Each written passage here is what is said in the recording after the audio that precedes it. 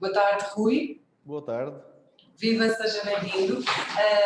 A questão que nós colocámos relativamente às cover crops era uma interrogação e tinha a ver com cover crops como decidir, ou seja, quando partimos para as culturas de cobertura, que opções é que devemos fazer? Consegue ajudar-nos, Rui, a decidir? Eu espero que fiquem com mais dúvidas do que de certezas depois de ouvir a minha apresentação. Isso é sempre bom, a dúvida ajuda-nos sempre a melhorar. Mas vamos partilhar a experiência do Esporão e tentar esclarecer algumas dúvidas que nos sejam possíveis. Muito bem, Rui, quando quiser pode compartilhar a sua tela.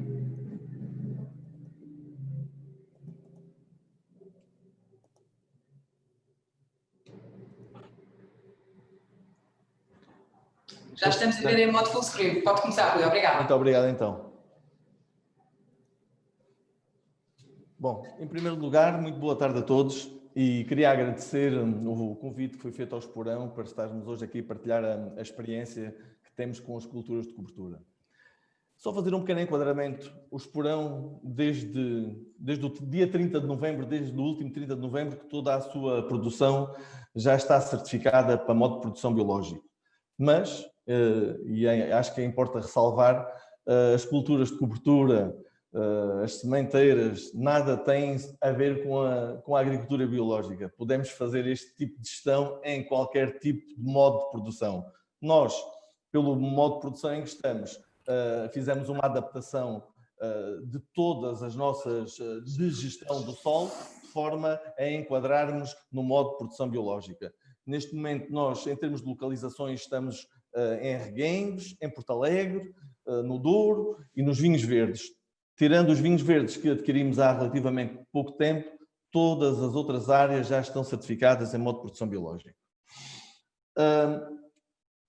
A quando da tomada de decisão de que tipo de vinho, de que tipo de produção nós pretendemos para cada uma das nossas parcelas, temos em conta mais de 30 pressupostos, e um dos quais que eu destaco, e destaco cá em baixo, é o plano de sementeiras ou então o plano de cobertura de solo.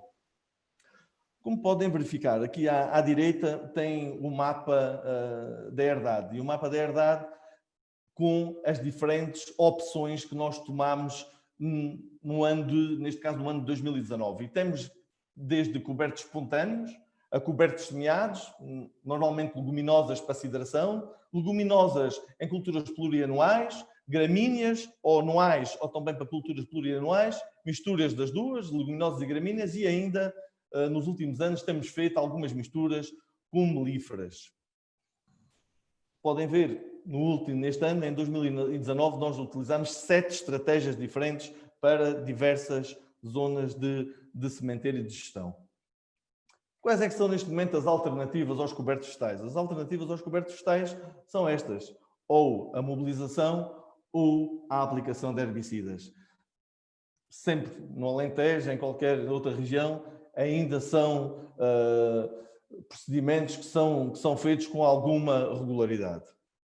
Qual é que é o nosso sonho? Bom, o nosso sonho é este.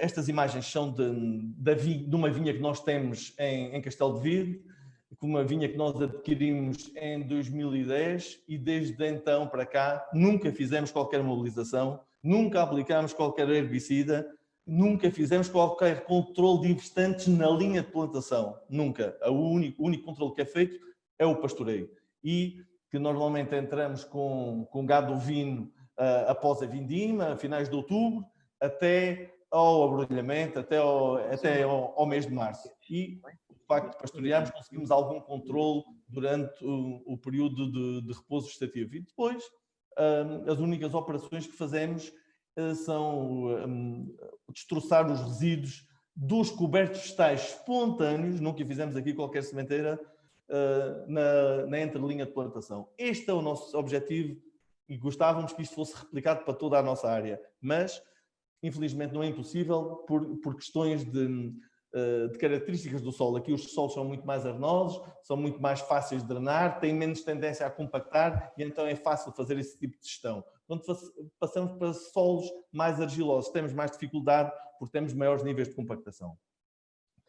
Dentre os cobertos que nós costumamos instalar, utilizamos as leguminosas para sidração e, ao longo dos tempos, temos variado o tipo de leguminosas que utilizamos. Já utilizamos termocilha, o termoço e a faveca. Neste momento, estamos mais inclinados para a faveca. E porquê? Porque é que se adapta melhor às nossas condições. Resiste muito bem a zonas mais encharcadas e tem uma boa capacidade de germinação. Já com a termocilha, há anos que funciona melhor que outra, então, como não quisemos correr esses riscos, optamos mais, quando utilizamos uma leguminosa anual, optamos mais pela faveca. Depois temos duas estratégias, das duas uma, ou até há três, ou trituramos e deixamos os resíduos à superfície, como mostra a imagem da esquerda, ou à direita passamos ao de leve com uma grade de discos só para partir as favas e deixar também o coberto à superfície. Podíamos enterrá-las, mas não fazemos para não deixar o solo completamente desprovido de qualquer vegetação. E assim o solo fica sempre coberto com vegetação. Temos ainda os cobertos plurianuais. E aí, normalmente temos duas opções. Ou utilizamos as misturas comerciais, que existem, várias casas têm já misturas preparadas para este tipo de efeito. E eu aqui mostro-vos a mesma linha de planta de sementeira em 3 meses, no dia 1 de abril, outro no dia 1 de maio, outro no dia 1 de junho. E então vem o comportamento completamente diferente ao longo de 3 meses de sementeira. E, no final, nós no primeiro ano de sementeiras deixamos sempre os cobertos florirem, darem semente, para criar um banco de sementes para os anos seguintes.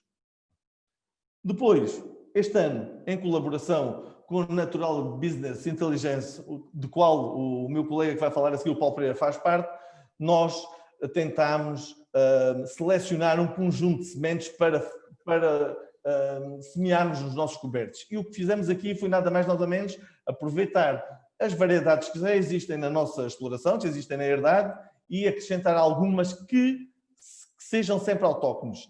Tirámos todas as plantas que não fossem autóctones.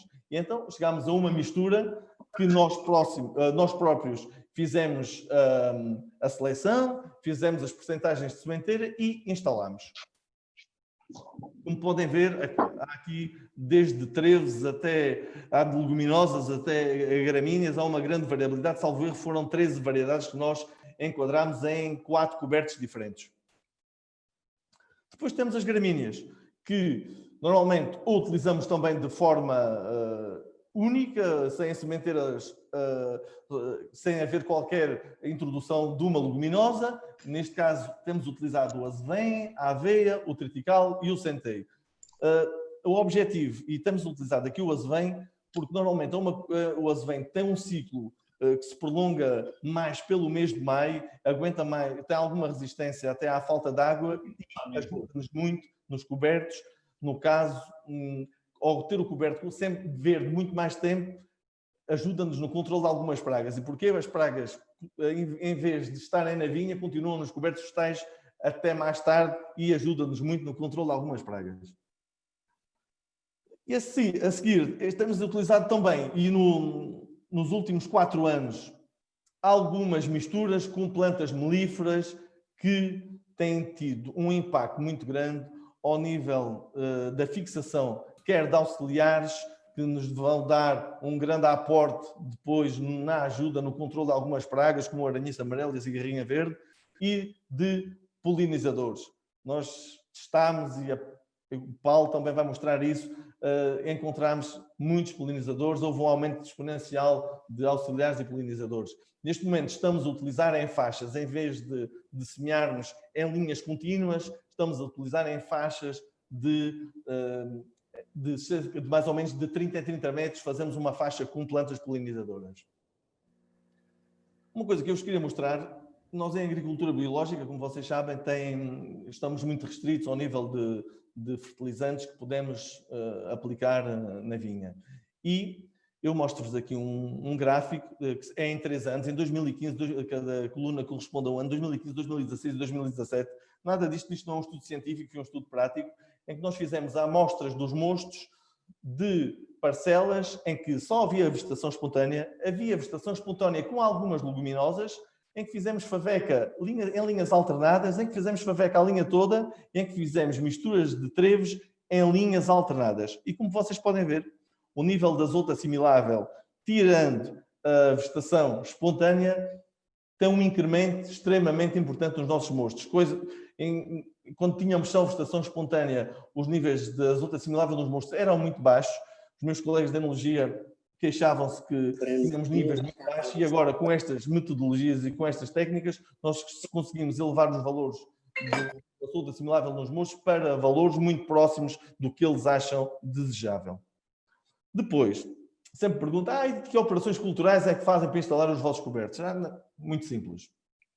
Nós comprámos um semeador, uma marca que existia no mercado e que não se adaptava, quando experimentámos, não se adaptava às nossas necessidades. Então tivemos que fazer aqui uma série de modificações e as modificações resultam na máquina que vocês aí veem. É um semeador e que atrás o semeador vai preso no terceiro ponto e nos braços do hidráulico e na zona do puxo do trator leva um rolo de corpos independentes que vai fazendo o aconchegamento da semente. E aqui apenas a atividade que fazemos de preparação da sementeira é uma descompactação com um chisel no terreno com uma calha de forma a deixar a superfície do solo mais ou menos direita. Em zonas que normalmente já têm alguma umidade, por vezes há necessidade de fazer mais que uma passagem. Nas sementeiras dos cobertos anuais, nós fazemos uma descompactação, depois com um distribuidor de pêndulo fazemos a sementeira, ou da faveca, ou da aveia, ou da mistura, como fazemos muitas vezes mistura com faveca, e no final passamos um escarificador com uma calha para enterrar. Nada mais. Também me perguntam sempre quais é que são os custos de instalação e acho que é importante. E há aqui eu mostro-vos aqui vários exemplos. Temos as sementeiras plurianuais, em que a semente comercial, juntamente com aquelas operações culturais, o valor total varia entre os 170 e os 200 euros por hectare. A proposta feita pela Natural Business Intelligence e com a escolha de sementes que foi feita, o valor subiu um bocadinho, entre os 180 e os 220 euros por hectare, porque introduzimos ali sementes que são mais difíceis de multiplicar e então são mais caras. Nas sementeiras anuais, quando optamos só pela faveca, fica entre os 115 e os 140 euros por hectare. Quando é a aveia, o valor é relativamente mais baixo, vai até aos 120 euros. E quando optamos pela mistura das duas, entre os 110 e os 130 euros por hectare. Bom, depois disto tudo, quais é que são as maiores vantagens que nós vemos com a instalação dos cobertos vegetais? É claro, a diminuição do risco de erosão é óbvia, aumento da fertilidade do solo também, melhor transitibilidade das máquinas agrícolas, aqui não há dúvida nenhuma, aumento da capacidade de infiltração e retenção de água, aumento da biodiversidade, quer da flora, quer da fauna, aumento do número de auxiliares é extremamente considerável e teve um impacto muito, muito importante, melhoram a estrutura do solo e em casos de vinhas com produções muito altas, os cobertos vegetais, ou causarem alguma competição com a cultura, aumentam a qualidade dos mostos. As maiores desvantagens, no nosso entender e que nós temos observado, competição com a videira pelos recursos hídricos e nutrientes, não há dúvida nenhuma, a perda de vigor nos anos iniciais à instalação, porque começa a haver competição e quando há deficiência hídrica há competição, quebras de produção no início, é verdade, normalmente há ligeiras quebras no início que depois são compensadas nos anos seguintes, interferência negativa com algumas atividades culturais.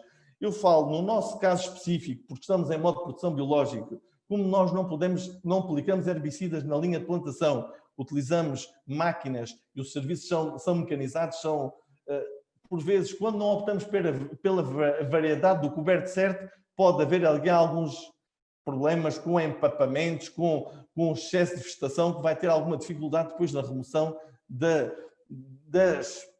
ao cabo do coberto na zona da linha de plantação. Potenciam o desenvolvimento de doenças criptogâmicas, é verdade. Quando nós não temos capacidade para controlar, isso acontece-nos a nós muitas vezes, quando não temos capacidade de controlar o coberto na altura certa, no momento certo, por vezes cria-se ali um microclima que potencia o desenvolvimento de algumas doenças. Rui Flores, deixe-me só dizer que os seus 15 minutos já voaram, portanto temos que acelerar. Eu estou a acabar. Muito bem, até já. Há o risco de incêndios, porque normalmente quando se deixam os cobertos até muito tarde, eles secam e há sempre a probabilidade de haver incêndios. Eu queria só mostrar aqui que há aqui alguma competição hídrica em anos que não chove. Vocês podem observar aqui um ano que choveu 130 milímetros de janeiro até maio. A água, se vocês apenas conseguiu chegar aos 20 centímetros, raramente chegou aos 40 centímetros. Portanto, houve uma clara competição hídrica. A partir do 11 de março, houve um consumo muito alto por parte do coberto. Já em 2020, isso não se verificou. Porquê? Como a precipitação ocorreu de forma completamente diferente, já houve infiltração até cerca de 1 metro e os cobertos aqui já não têm um impacto tão alto sobre a parte hídrica do solo. Como considerações finais, é fundamental. Os enrelvamentos permitem só os mais saudáveis, não há dúvida, mitigam a erosão e são uma estrutura ecológica fundamental quando nós partimos para o controle biológico de pragas. Nunca nos podemos esquecer que o enrelvamento cria um problema de competição pela água e nutrientes da cultura. Era tudo, muito obrigado. Espero não ter excedido muito tempo. Muito bem, Rui. Ultrapassámos aqui ligeiramente, mas nada de grave. Eu tinha aqui algumas questões no chat para si, que se calhar lhe colocava já no enquadramento da sua apresentação. Como controla a erva na linha? É uma primeira questão, que eu encadeava com uma segunda, que é como é que fazem a gestão dos azotos na planta? Tem algum problema de maior incidência de ácaros ou de cicadela nas vinhas com 100% de leguminosas? É assim, o controle do coberto na linha de plantação nós fazemos com recurso ao intercepas, é um recurso mecânico. Há vários modelos, nós neste momento o que mais utilizamos é a lâmina e, como estava a dizer, por vezes se os cobertos forem muito densos podem causar alguma dificuldade nesse tipo de gestão, mas neste momento é a forma como controlamos melhor, é com a lâmina e resulta muito bem. A segunda pergunta não entendi. Vou só pedir para me subirem novamente o chat para conseguir recuperar a pergunta. Como é que fazem a gestão do azoto na planta e se há algum problema ou maior incidência de ácaros ou cicadela nas vinhas com 100% leguminosas? Não tenho essa ideia. Não tenho essa ideia. Não tenho, pronto, em termos, não temos maior incidência pelo facto de termos cobertos ou não termos cobertos. Temos maior incidência quando os anos são muito mais secos e os cobertos descaem muito mais cedo, aí temos mais problemas. Quando os anos são mais úmidos e os enrelvamentos prolongam até mais tarde, temos menos problemas. Agora, todos os anos temos alguns problemas, independentemente se temos enrelvamentos ou não temos enrelvamentos. Rui, tenho aqui uma última questão para si. De que forma é que gerem o triturar da lenha de poda nos cobertos plurianuais, principalmente naqueles que estão nos primeiros anos após a instalação?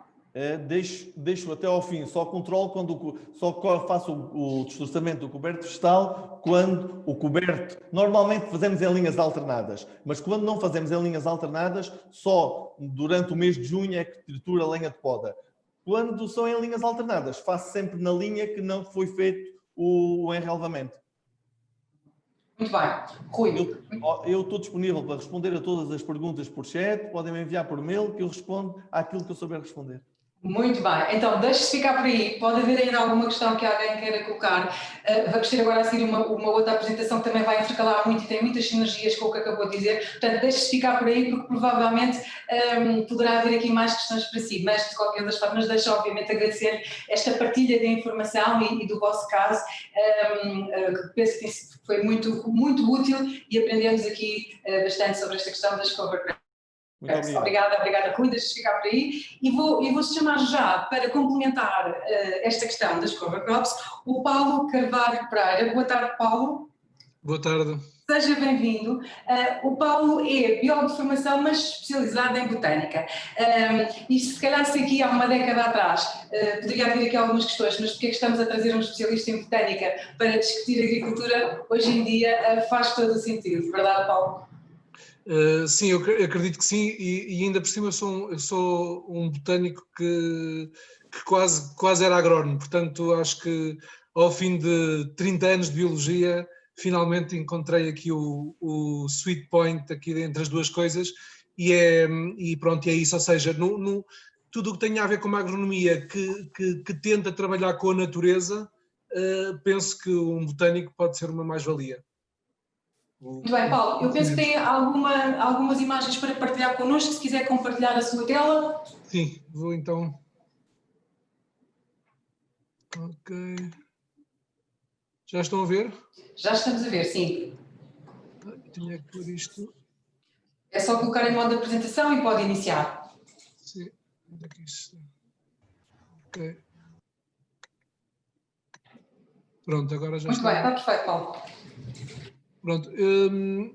Eu aqui falo em nome da... Portanto, há 3 anos que estou a trabalhar pela Sociedade Portuguesa Botânica no Esporão, a convite na altura do Nuno Oliveira, e entretanto no último ano formámos uma empresa que se chama Natural Business Intelligence, que tem a ver exatamente com esta coisa de incorporar a parte natural nos negócios, portanto agrícolas ou outros, mas realmente se calhar a parte que mais nos interessa é esta parte mais de aplicação à agronomia e à agricultura.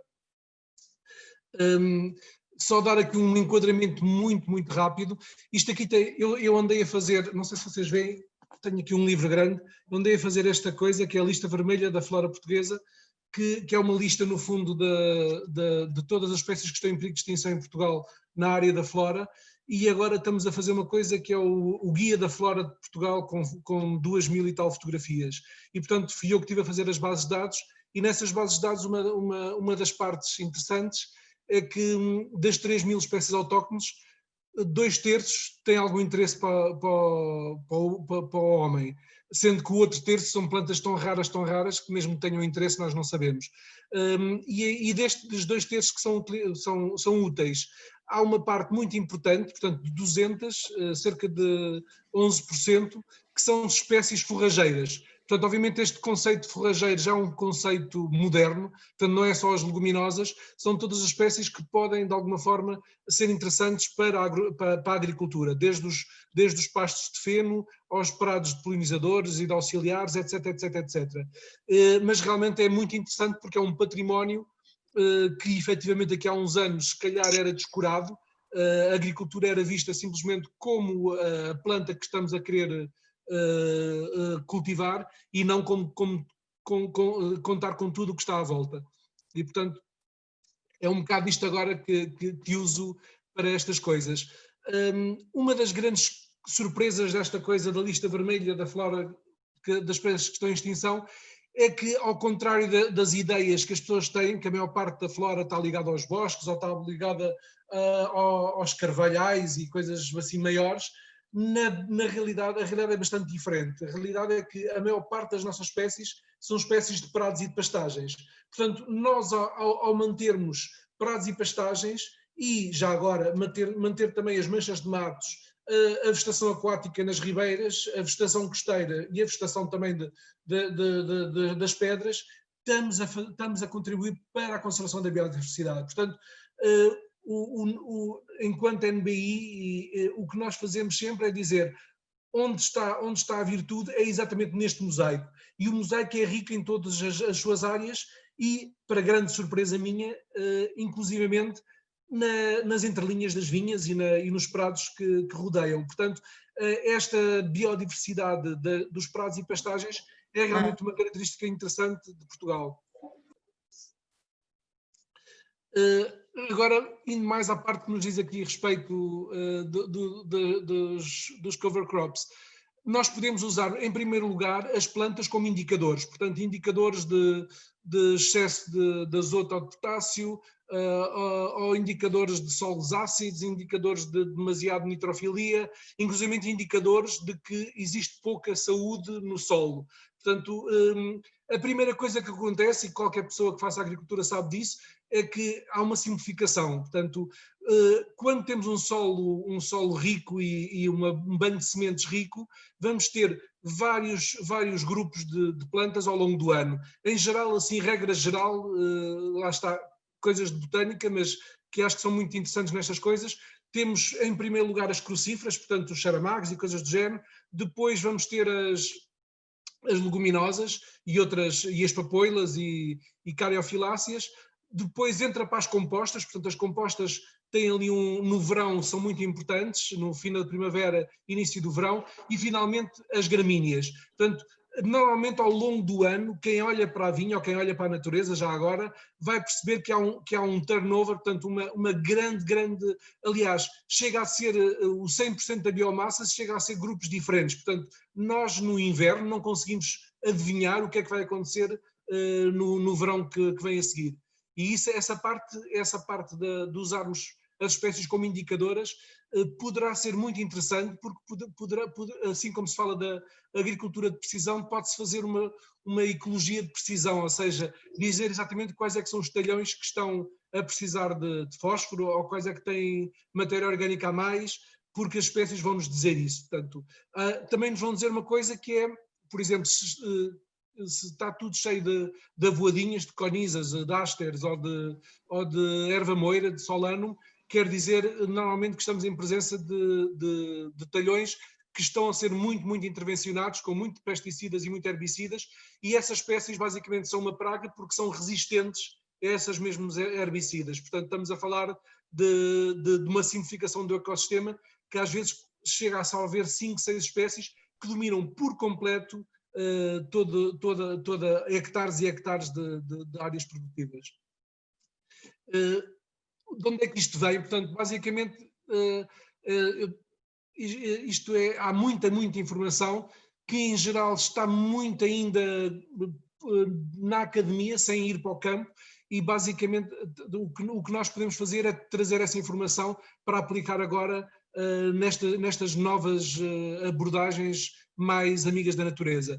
Isto aqui foi um estudo feito por mim há demasiado tempo, em 1997, acho eu, na zona de Castro Verde, e basicamente temos três grandes famílias que compõem os pastos naturais no Alentejo, que são as leguminosas, as compostas e as gramíneas. Não há nada de novo nisto, mas é bom perceber que realmente estas famílias são as dominantes, e já agora são também as dominantes. Isto foi outro estudo feito pela Advid no Douro, também no Douro. Portanto, mais uma vez, gramíneas, compostas e leguminosas, sendo que a ordem pode variar de sítio para sítio. E depois temos uma carrada de outras famílias que aparecem por ali. Mas se queremos ter uma pastagem ou uma entrelinha biodiversa que tenha depois todo o ecossistema, que permite depois ter os auxiliares e controlos biológicos das pragas, convém mesmo termos estas três famílias. Nas empresas que vendem sementes, em geral ainda está muito orientado para a questão das misturas forrageiras e, portanto, há sempre a preocupação do azoto e das leguminosas. É mesmo importante que comece a haver cada vez mais misturas com compostas e com outros grupos, cariofiláceas, as papoilas, porque realmente são muito importantes para ter depois a tal biodiversidade. Eu tenho aqui depois outro slide interessante. Eu aqui vou passar rapidamente, porque o Rui também já falou destas coisas, mas isto foram tudo propostas deste ano e para mim também é uma alegria poder experimentar estas coisas, de realmente ter entrelinhas mesmo biodiversas, e eu estou muito curioso. Portanto, depois tenho essa parte de botânico instintivo, não é? De querer saber das misturas que o Rui e que o Zé Luís, etc., andaram a fazer, o que é que realmente vai acontecer ao longo do ano, perceber e também depois irmos adaptando para que a coisa seja o mais inteligente possível e tenha exatamente a floração o mais prolongado possível ao longo do ano. Mas sempre, normalmente 14, 15 espécies. Já repararam que o manancial de espécies de Portugal, estamos a falar de 200 e tal, portanto nós podemos usar 200 e tal espécies para questões de entrelinhas e de misturas de auxiliares, etc. E podemos adaptar não só a cada região de Portugal. Portanto, esta aqui, como é no Minho, vai ter, por exemplo, trevo branco e trevo violeta. Eu nunca diria para o Alentejo uma mistura que tivesse estas duas, que são espécies muito mais nortenhas. Já agora no tal guia que nós fizemos da flora, vai ter depois os mapas de todas as espécies em Portugal, e portanto conseguimos perceber aonde é que cada uma pertence e qual é que é a vantagem disso. Se estamos a plantar uma espécie do sítio, a probabilidade dela ficar lá durante 4, 5 anos ou mais é muito maior. Portanto, estamos no fundo a trabalhar com a natureza, e portanto, mesmo que no início o investimento seja maior, estou convencido que nos anos vindouros compensará. Há outra hipótese, que é o que se propôs aqui para Mursas, que é ir buscar efetivamente a diversidade dos pastos que já lá existem, pastos e pequenos matos. Aqui muito também no sentido de ter zonas marginais com os auxiliares para controlar a cigarrinha e outras pragas. Aqui já estão a ver, eu pus a cores diferentes as famílias, temos 1, 2, 3, estão 9 famílias diferentes, portanto, para verem também a diversidade da nossa flora, da nossa riqueza, e que podemos depois, inclusivamente, aproveitar algumas destas plantas para alimentação ou para fazer tisanas, ou inclusivamente para alguma coisa mais elaborada, como indústria de espécies aromáticas, etc. Portanto, pensar em usos múltiplos da vinha, e quem diz a vinha diz o olival. No esporão, isto foi exatamente o que o Rui mostrou há bocado, é capaz de haver uma ou outra que estão aqui a mais. Já agora, por exemplo, a borragem, o buraco officinalis, hoje em dia está muito em voga usar essa espécie na cozinha, as flores na cozinha dos restaurantes de estrelas Michelin, e quem diz isso também em nossa casa também podemos usar, mas também é uma espécie muito interessante, medicinal, portanto podemos realmente juntar, e a chicória é a mesma coisa, é uma espécie interessantíssima, que por exemplo no amial atinge dimensões impressionantes. Uma espécie, já agora aqui volto aqui para trás, que eu acho muito, muito interessante por se manter durante muito tempo, são os dentes de leão e também o Hipocaeris. São espécies que têm floração durante cerca de 7, 8, 9 meses, o que é muito, muito interessante. Mas isto tudo tem que se ir trabalhando nos próximos anos. A parte, para mim, mais impressionante, que eu não estava mesmo à espera, confesso, portanto, eu era um botânico bastante tradicional nisso, nunca esperei que numa vinha pudesse haver tanta diversidade, para minha surpresa, realmente no esporão, que é onde tenho as coisas mais avançadas, há cerca de 120 espécies diferentes. Reparem bem que as espécies todas em Portugal são 3.000, um bosque muito bom terá no máximo 80 espécies. Aqui estamos a falar de 120 espécies, é muito, e muitas das espécies ainda por cima são algumas completamente naturais e bastante interessantes. Isto aqui é se calhar o meu slide preferido, o trabalhar com a natureza. Isto eu pus aqui 5 espécies que estão basicamente, aqui as da esquerda são de inverno, estas aqui são do princípio da primavera, meio da primavera, floração estival e floração outonal mais à direita. Isto para dizer o quê? Isto aqui está pensado exatamente para o Alentejo, e quer dizer que podemos ter então 5 grupos de espécies a acompanhar a floração ao longo do ano inteiro. Portanto, isto vai depender de cada necessidade. Se for outro tipo de cultura, se calhar não vai querer floração no início da primavera, por exemplo, no caso da cultura da amêndoa. Se for, agora, no caso da vinha, que quer a floração tardia, pode-se insistir exatamente em espécies que tenham floração mais tardia. Portanto, tudo isto é informação que pode ser usada principalmente numa agricultura que tenha a ver mais com trabalhar com a natureza. Se tiverem curiosidade, vão ao Flora On, portanto é o que está aqui escrito aqui neste link, e se fizerem herdade do esporão vão ver todas as espécies que lá estão, sendo que daqui a 2, 3 dias este número vai aumentar, porque eu vou entrar os dados deste ano. Portanto, para verem também que isto fica tudo público, e é uma ferramenta muito, muito interessante. Isto aqui é umas coisas que eu assisti já este ano, que têm a ver com o microbioma. Desculpa interrompê-lo, Paulo, só para dizer que temos que concluir, que já estamos no limite do nosso tempo, só para acelerar um pouco, está bem? Ok, estou mesmo a acabar, ok. Pronto, mas dizer que realmente o microbioma é um campo interessantíssimo. Isto aqui estamos a falar chega a ter 1000 espécies no solo, e também conseguimos perceber quando o solo está ou não com saúde, ok? Isto aqui é mostrar uma vinha mais convencional, a tal que tem 4 ou 5 espécies, que basicamente são os amarantos, os bredos, as avoadinhas, e que realmente vê-se que não está saudável. Depois há esta parte aqui que eu acho muito importante, que é eu acho que o ser humano gosta de harmonia e de beleza, e este tipo de intervenção é demasiado forte. Aqui é também no esporão, depois de trabalhar a terra, isto é uma das espécies que aparece, que é o tornassol dos cintureiros, que era usada na época medieval para fazer iluminuras nos livros. Portanto, muitas vezes espécies que são uma praga para nós podem ter um tratamento interessante.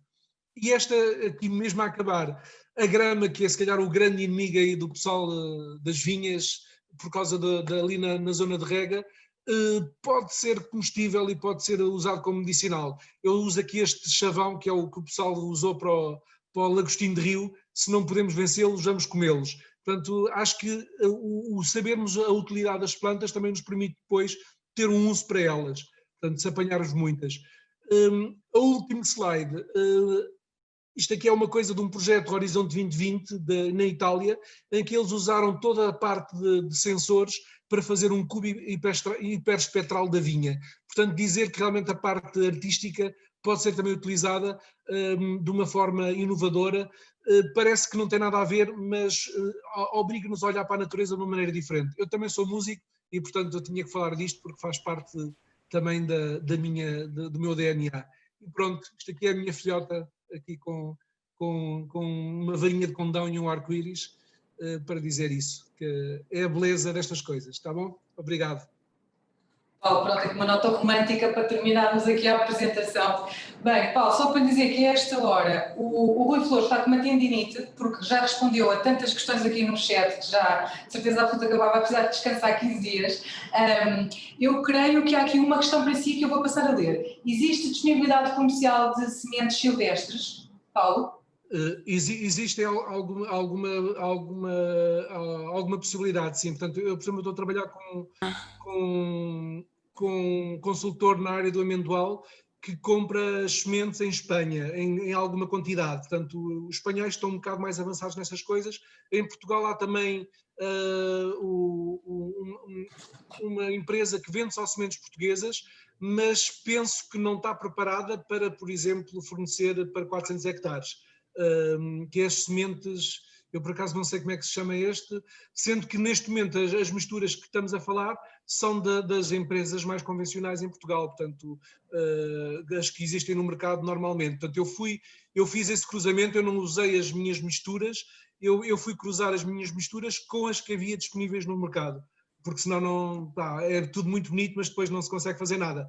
Agora, temos já algumas reuniões agendadas a pensar exatamente nisso, de cada vez haver mais sementes disponíveis no mercado para se poder usar à vontade, não é?